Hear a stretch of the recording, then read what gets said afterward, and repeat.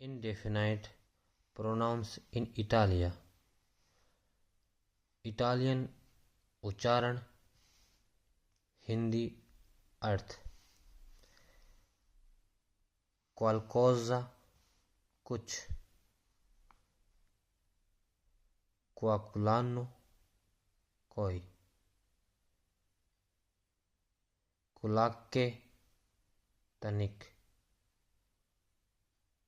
alcuno कोई कोई, niente या nulla कुछ नहीं, nessuno कोई नहीं, ogni हर, ognuno हर एक, tutto सब, altro और कुछ,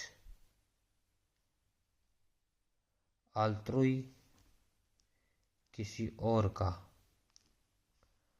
certo निश्चित रूप से,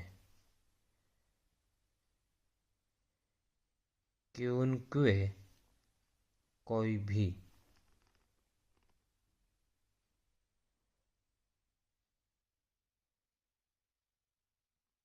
qualunque कोई भी, molto बहुत, poco कम,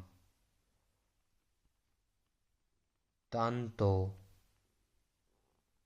इतना, troppo बहुत अधिक, के जो, in quale जिसने,